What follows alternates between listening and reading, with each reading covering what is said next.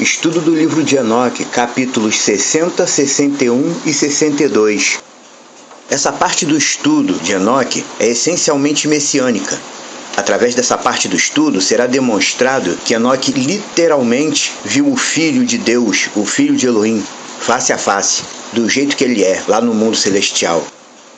Lembrando que essas explanações do Projeto Éden são chamadas de estudo, mas você não vê nenhum estudo sendo dado presencialmente. E geralmente quando a gente fala estudo, é algo direcionado a grupos presenciais de pessoas. Mas mesmo não havendo isso, nós dizemos estudo porque tudo que é dito aqui, tudo que é colocado nesses vídeos e explanações, são um resultado de muito estudo. Ou seja, tudo que é dito nesse estudo realmente é fruto de muito estudo. Eu faço uma pesquisa profunda dentro dos textos sagrados e dos escritos antigos, chamados escritos nazarenos, para poder trazer algo que tenha realmente a ver com o que era ensinado no primeiro século. Porque o objetivo do Projeto Éden não é ser mais uma igreja, é justamente ensinar o que as igrejas deixaram de ensinar e trazer as coisas mais como eram no molde da Kehillah, a congregação messiânica como foi estabelecida. E é por isso que nós citamos Bíblia, livro de Enoque, e nesse caso sobre o eleito, sobre Yeshua HaMashiach, será citado também juntamente com o livro de Enoque o outro, o que é chamado de segundo livro de Enoque. Você já ouviu falar? Tem esse que é chamado apenas livro de Enoque, como se fosse o primeiro, e tem o chamado segundo livro de Enoque, que também é conhecido como livro dos segredos de Enoque. Eu analisei minuciosamente o segundo livro de Enoque, e o conteúdo dele não destoa em nada do conteúdo do primeiro, e não desabona a Torá em nada. No caso de Enoque, todos os dois são dignos de aceitação, o chamado primeiro e o chamado segundo. Nesse segundo livro de Enoque, no capítulo 20, versículos 1 e 2, Enoque diz assim em suas visões: levaram-me até o sétimo céu e me mostraram o Eterno, de longe, sentado em seu trono muito alto. Pois o que haverá no 10º firmamento, se o Eterno habita aqui? Isso é muito interessante, porque os judeus antigos, os do primeiro século, períodos anterior e posterior, todos eles aceitavam normalmente o livro de Enoque, sem questionar. Se você fizer um estudo sério, você vai chegar a essa conclusão também. Os judeus antigos aceitavam o livro de Enoque, sem questionar, sem contestar. Mas muitos, posteriormente, não aceitaram Yeshua como o Mashiach, o ungido de Israel. Porém, no próprio livro de Enoque, encontramos esse tipo de relato, onde Enoque diz: eu vi o Eterno em seu trono no 7º firmamento. Se ele habita no 7º, o que é que tem no 10º? Porque nós sabemos que, do ponto de vista da sabedoria judaica, existem 10 firmamentos, ou 10 céus. E é dito que Deus habita no 10º, porque ele é o mais elevado. El Elyon é o mais elevado, ele está acima de tudo. Não há nada acima dele. E Enoque achou interessante e fez esse questionamento. Se o Eterno habita no 7º firmamento como eu estou vendo, o que é que tem no 10º? Porque, teoricamente, não pode haver nada acima de Deus.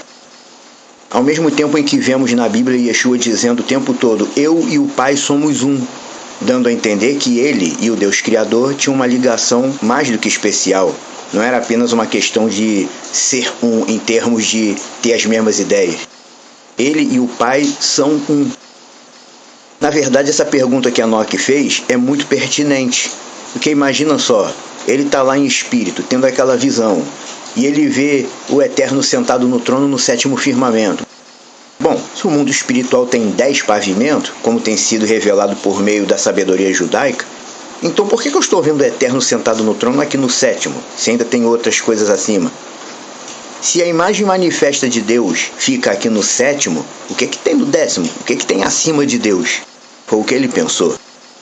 Sendo que mais tarde Enoque, obviamente, claro, ele compreendeu que o eleito, Yeshua, ele não é necessariamente o Eterno, o Deus Pai. Ele é parte integrante da própria vida de Deus. Ele é parte da vida do Deus Pai, que se manifesta nas regiões mais baixas do mundo celestial. Ou seja, Yah está em sua forma plena no 10º céu, que é chamado de Aravot na tradição judaica, e Yeshua está no 7º.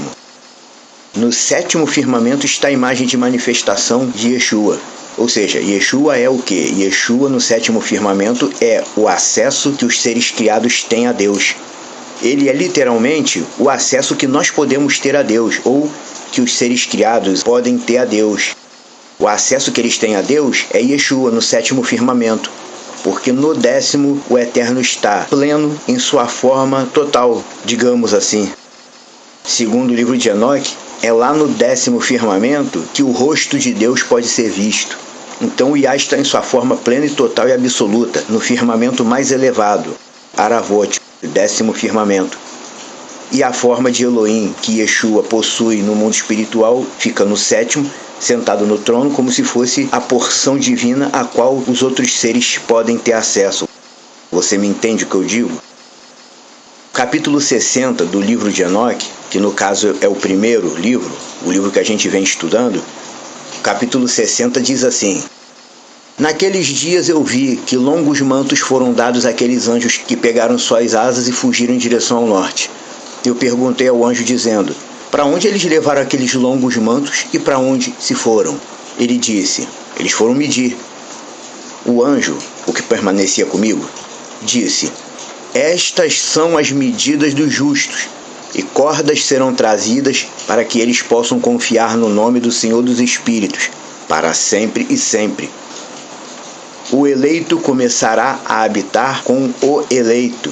Aqui no caso desse versículo 4, a primeira palavra eleito vem escrito com minúscula e o segundo eleito com maiúscula, querendo dizer que o eleito habitará com o eleito, o escolhido de Deus habitará com Yeshua. O eleito começará a habitar com o eleito. Versículo 5. Estas são as medidas que serão dadas pela fidelidade, as quais fortalecerão as palavras de retidão. Estas medidas revelarão todos os segredos nas profundezas da terra. E acontecerá que os que foram destruídos no deserto e os que foram devorados pelos peixes do mar e pelas feras do campo retornarão e confiarão no dia do eleito, pois ninguém será destruído na presença do Senhor dos Espíritos, e nem ninguém será capaz de perecer. Então eles receberam um mandamento, todos os que estavam nos céus acima, para quem foi dado um poder combinado, voz e esplendor semelhante ao fogo. E primeiro com suas vozes o bendisseram, exaltaram, glorificaram-no com sabedoria e atribuíram a ele sabedoria com a palavra e o sopro da vida. Então o Senhor dos Espíritos, sentado no trono de sua glória, o eleito, o qual julgará todas as obras do santo acima nos céus e numa balança pesará suas ações. E quando ele levantar seu semblante para julgar seus caminhos secretos, na palavra no nome do Senhor dos Espíritos e seu progresso no caminho do justo julgamento de El Elyon, eles falarão com vozes unidas, bendirão, glorificarão, exaltarão e orarão em nome do Senhor dos Espíritos. Ele chamará a todo o poder dos céus, a todo santo acima e ao poder de Elohim, querubim, serafim, ofanim, todos os anjos de poder e todos os anjos do Senhor, ou seja, do eleito e do outro poder, o que estava sobre as águas naquele dia. E levarão suas vozes unidas, bendirão, glorificarão, orarão e exaltarão com o espírito de fidelidade, com o espírito de sabedoria e paciência, com o espírito de misericórdia, espírito de julgamento e de paz, e com o espírito de benevolência. Todos dirão com vozes unidas: Bendito é Ele! E o nome do Senhor dos Espíritos será bendito para sempre e sempre. E todos os que não dormem o bendirão acima nos céus. Todo santo no céu o bendirá. Todo eleito que habita no jardim da vida e todo espírito de luz que é capaz de bendizer, glorificar, exaltar e orar em seu santo nome. E toda a carne, mais do que os poderes do céu, glorificará e bendirá seu nome, para sempre e sempre. Pois grande é a misericórdia do Senhor dos Espíritos. Tolerante é Ele em todas as suas obras e todo o seu poder.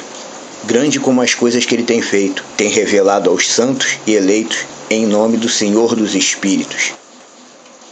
Vemos aí nesse capítulo que os justos, os salvos, os que receberam testemunho de Yeshua, são medidos, constantemente avaliados. Todo aquele que aceitou o testemunho de Mashiach como sendo a verdade de Deus, recebeu a promessa da vida eterna e se tornou um com Ele. Aí entra o sentido daquilo que Yeshua vivia dizendo: Eu e o Pai somos um. Espiritualmente falando, quando você aceitou o testemunho de Yeshua, você se tornou um com ele. Espiritualmente falando, você faz parte dele. Yeshua faz parte do Deus Pai. Quando eu aceitei o testemunho de Yeshua HaMashiach, eu me tornei um com ele, espiritualmente falando. Você que aceitou o testemunho de Yeshua, já na sua vida, você e ele são um. Assim como eu também, que aceitei o testemunho dele, sou um com ele, espiritualmente. Eu faço parte dele. Você que aceitou o testemunho de Yeshua, você faz parte dele. E todos os que o reconheceram como Redentor dos humanos também passaram a fazer parte dele. Não é à toa que a Kehillah, a congregação espiritual, é chamada de o corpo de Mashiach. É o corpo messiânico. Todos os que aceitaram o testemunho de Yeshua fazem parte dele, espiritualmente falando. Do ponto de vista celestial, não se carrega a alcunha de Filho de Deus em vão. Por nós sermos um com ele e fazermos parte dele, nós precisamos ser medidos e avaliados o tempo inteiro. Do versículo 5 ao 9, vemos que aqueles que viveram e morreram de acordo com sua fidelidade serão posteriormente ressuscitados para o bem, para a vida eterna. E se alegrarão diante de Deus e verão a emanação divina, a imagem de manifestação do Deus Criador, juntamente com a de seu ungido, HaMashiach, Yeshua. O capítulo 61 nos mostra como um dia todos terão que estar diante de Yeshua. Bons e maus, salvos e perdidos. Todos terão que passar pelo Filho de Deus. Os que acreditam nele e o seguem, os que acreditam nele de boca, mas não o seguem, e aqueles que o desprezam totalmente, como se a existência dele fosse mentira. Todos terão que passar por ele. O capítulo 61 mostra isso tudo dizendo assim: Então Elohim ordenou aos reis, os príncipes, os exaltados e àqueles que habitam na terra, dizendo: Abram vossos olhos e elevem vossas trombetas, se sois capazes de compreender o eleito. O Senhor dos Espíritos se sentou no trono de sua glória e o espírito de retidão foi colocado sobre ele. A palavra de sua boca destruirá todos os pecadores e todos os mundanos, que perecerão na presença dele. Naquele dia, todos os reis, os príncipes, os exaltados e todos os que possuem a terra se colocarão de pé.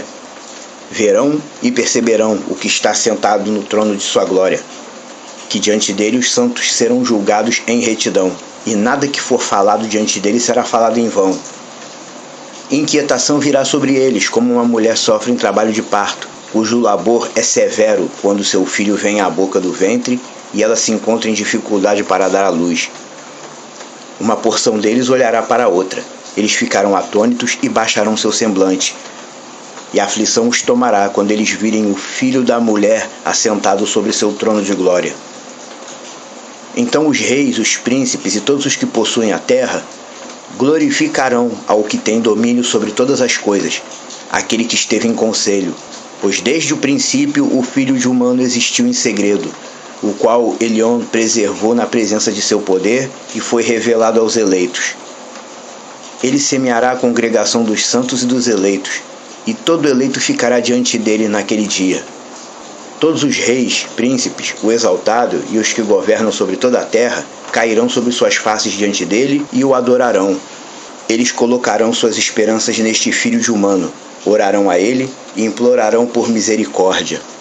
Então o Senhor dos Espíritos se apressará em expeli-los de sua presença. Suas faces ficarão cheias de confusão e se cobrirão de escuridão. Os anjos os pegarão para castigo. Aquela vingança poderá ser infligida naqueles que têm oprimido seus filhos e seus eleitos. E eles se tornarão como um exemplo aos santos, aos seus eleitos. Através deles serão feitos jubilosos, pois a ira do Senhor dos Espíritos descansará sobre eles. Então a espada do Senhor dos Espíritos se embebedará com seu sangue, mas os santos eleitos serão salvos naquele dia. A face dos pecadores e dos mundanos, daquele tempo em diante, eles não verão. O Senhor dos Espíritos permanecerá sobre eles, e com este Filho de humano eles habitarão. Comerão, beberão, e com este Filho de humano eles habitarão. Comerão, deitarão e levantarão, para sempre e sempre. Os santos e eleitos têm se levantado da terra, têm deixado de deprimir seus semblantes e terão sido vestidos com a vestimenta da vida. Aquelas vestes da vida estão com o Senhor dos Espíritos, em cuja presença suas vestes não envelhecerão, nem será diminuída sua glória. Nesse capítulo, vimos o Senhor dos Espíritos mostrando que o eleito está com ele, sempre a seu lado. Aqueles que faziam piada com a existência do Filho de Deus nos céus, todos esses humanos que criam blasfêmias, eles pagarão por sua insolência, ficando de fora da alegria eterna e da verdadeira vida. Aí um detalhe, toda vez que o livro de Enoque diz Senhor dos Espíritos, essa expressão quando aparece Senhor dos Espíritos, ela não se refere a Yeshua, ela se refere ao Deus Pai. No original, Yah Haruhot, Yah dos Espíritos. Senhor dos Espíritos é a expressão usada em português por causa do costume religioso de se chamar Yah de Senhor. Mas Senhor não é o nome dele, mas essa expressão é usada para simplificar, e ela se refere a Deus Pai. Mas nós vemos sempre nos textos que o Senhor dos Espíritos tem o eleito ao seu lado. E esse eleito sim, é Yeshua, Hamashia, o ungido de Deus. Essas duas emanações divinas são a sua figura oficial de manifestação. A emanação de Deus, ou seja, a forma oficial, podemos dizer assim, que Deus tem para se manifestar perante seus seres criados no mundo espiritual, ou até para os humanos em visão. Sabemos que Yeshua é parte da vida divina que encarnou na Terra como ser humano para poder cumprir as profecias. Essa figura dual, Atikyomim e Ben Adam, o antigo de dias e o filho de humano, é o que o texto do Apocalipse chama de Deus e o Cordeiro. Yohanan teve em sua visão essa imagem diante de si, Deus e o Cordeiro. E parece ser dois seres sentados no céu, mas Deus é um só. Yeshua faz parte de Deus. Tem muita gente que ainda não entende isso.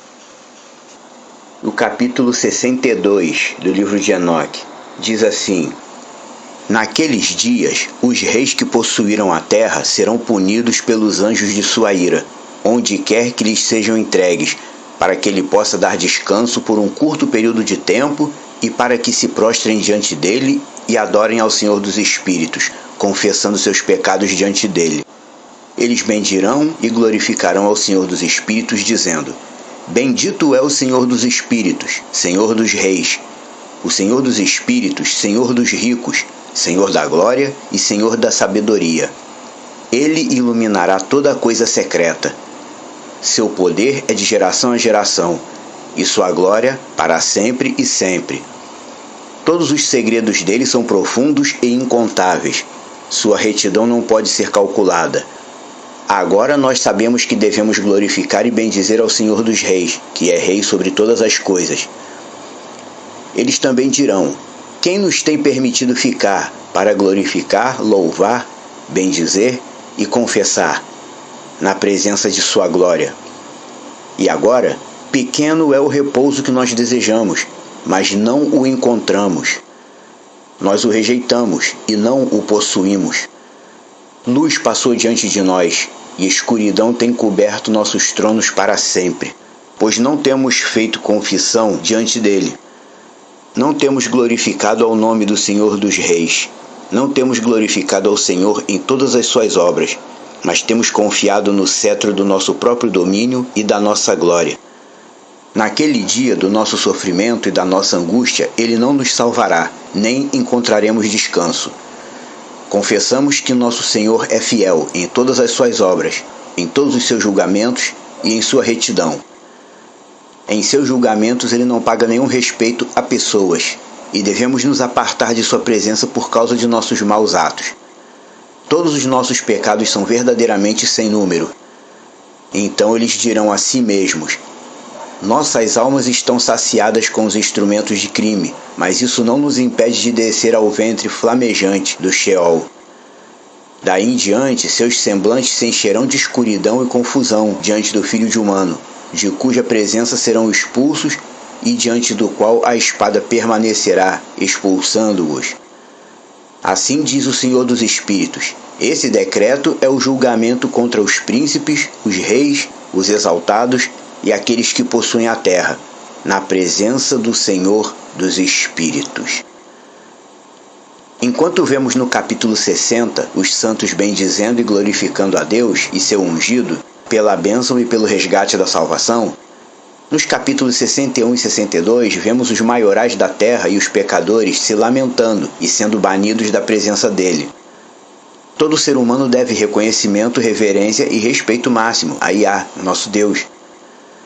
Deus é bom, a gente deve sempre lembrar disso e entender isso da maneira correta. Deus é bom, mas Ele não vai deixar todo mundo entrar na vida eterna sem o mérito. Isso não seria sinal de bondade, pois os incrédulos sempre desprezaram as coisas de Deus e por isso eles nem merecem ter acesso às coisas de Deus. Eles desprezam, eles não dão valor. Muitos tiveram anos e anos de vida aqui na terra para se acertarem com a verdade, mas nem ligaram, preferiram viver no erro. E um dia isso se voltará contra eles, pois todos precisam de Yeshua para serem admitidos na vida eterna. E nós que servimos a Deus sabemos que o juízo de Deus é assim.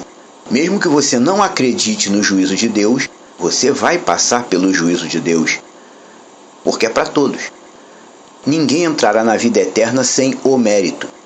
O mérito em questão é a obra de Yeshua HaMashiach. Falar de mérito não quer dizer que somos capazes de produzir algum merecimento para podermos chegar diante de Deus e dizer, eu estou merecendo isso. Não. O mérito que nós precisamos alcançar é o testemunho de Yeshua. Quem dá crédito ao testemunho de Yeshua e aceita tudo o que ele fez e ensinou como verdade espiritual, aí sim, esse entrou no mérito de Deus. Porque nós não temos mérito nem conseguimos produzir mérito diante de Deus. Que tipo de merecimento que a gente vai produzir diante de Deus? Impossível. Somos humanos pecadores. Nunca vamos conseguir produzir merecimento diante de Deus. O mérito que a gente precisa ter é a fidelidade ao testemunho de Yeshua. E é muito importante a gente ver Yeshua no livro de Enoque. Talvez muita gente pense assim, para que eu preciso ver Yeshua dentro do livro de Enoque? Eu já acredito nele. Mas é importante ver Yeshua no livro de Enoque por 3 razões básicas. Primeiro porque ver Yeshua dentro do livro de Enoque é a confirmação básica de que o livro de Enoque é um escrito espiritual sim. Muitos teólogos têm negado e têm chamado o livro de Enoque de apócrifo. O livro de Enoque é espiritual. E o fato de vermos Yeshua o tempo todo dentro do livro de Enoque, dos relatos do livro, é uma comprovação de que ele é um escrito espiritual sim. A segunda razão é que ver Yeshua, o fato de ver Yeshua dentro do livro de Enoque, é a reafirmação categórica de que tudo que está escrito no livro de Enoque é uma verdade estabelecida desde antes da fundação do mundo.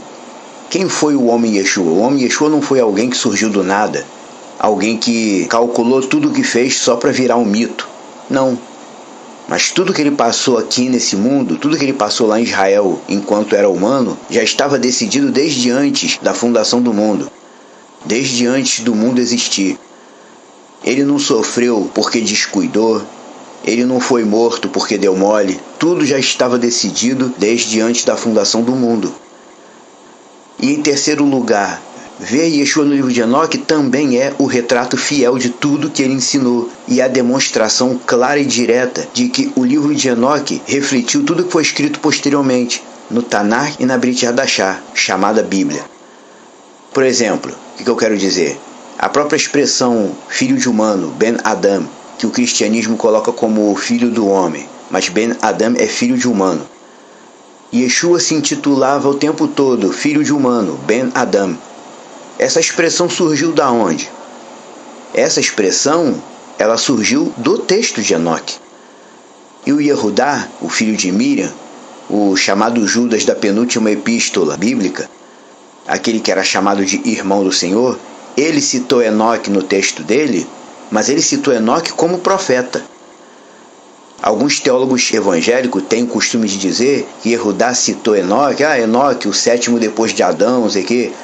Eles têm mania de dizer que Yehudá citou Enoque como um pregador cita um texto de Caetano Veloso ou um texto de Cecília Meirelles no meio de uma pregação para ilustrar o que está falando. Não, nada disso.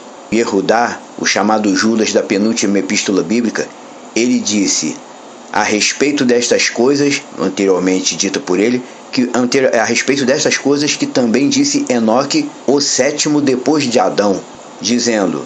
Aí ele começa a pronunciar o capítulo 2 do livro de Enoque. O Senhor vem, cuidar de seus santos, fazer justiça. Ou seja, ele citou Enoque como profeta. E ele citou Enoque como sendo o Enoque, o sétimo depois de Adão, aquele que é descrito lá em Gênesis 5. É aquele Enoque que Judas e Judá citou. Ele citou Enoque na condição de profeta. E fora aquele fato também que muitos estudiosos insistem em rejeitar, o fato de que o livro de Enoque é o texto espiritual mais antigo que existe na Terra. Embora muitos acreditem nessas datações de carbono, que são utilizadas para decidir a época de quando que o texto foi escrito, de quando que uma peça arqueológica foi feita, essa datação de carbono é uma coisa da ciência atual. Na verdade, isso não merece a nossa credibilidade, a nossa confiabilidade. Eles usam isso, por exemplo, para dizer que o livro de Enoque é de no máximo 200 anos antes de Yeshua. E hoje nós sabemos muito bem, nós que estudamos a sério as coisas de Deus, nós sabemos muito bem que a falsa ciência que está aí, essa ciência que está aí é falsa. E ela faz de tudo para apagar a veracidade dos textos espirituais. E essa ciência que está aí hoje, ela usa de tudo que pode para poder embaçar o entendimento das coisas espirituais. Inclusive usa essa datação de carbono, que é algo que, apesar da comunidade científica atual aceitar oficialmente, isso não prova nada. É tudo por aproximação, é tudo sugestão aceita como verdade. Isso não prova nada. O texto de Enoque é o texto espiritual mais antigo que tem na Terra. Então, isso tudo é para que fique bem claro de uma vez por todas. Yeshua HaMashiach é o Salvador prometido por Deus. Ele é o Filho do Deus Criador e ele existe junto com o Deus Criador desde a eternidade. E ele não é um subdeus, ele faz parte da natureza divina. A existência de Yeshua junto com ele desde a eternidade faz parte da própria vida divina, que é outra coisa que muita gente ainda não entende. E tudo terá que passar por ele. Tudo. Para ser condenado vai ter que passar por Yeshua. Para ser salvo vai ter que passar por Yeshua. Ninguém vai poder ir para a vida eterna ou para a morte eterna sem passar por ele. Vai ser pior para quem não acredita nele, para quem não aceita o testemunho dele. Porque vai ver na última hora que era tudo verdade. E ele está registrando tudo que nós fazemos ou deixamos de fazer aqui nesse mundo. E nós iremos prestar conta de tudo no último dia. Pois o próprio Yeshua diz no texto de Mateus que nós prestaremos conta, inclusive de toda palavra tola que dissemos. Toda palavra tola, toda besteira que nós falamos. Vamos prestar conta de tudo no último dia. Amém? No próximo estudo, ainda diante do Deus Eterno, toda obra de justiça será exaltada. Será feito um breve raio-x de tudo que a terra passou nos dias dos Nefilins e do dilúvio, para que a justiça e a bondade de Deus fiquem ainda mais em evidência. Até a próxima.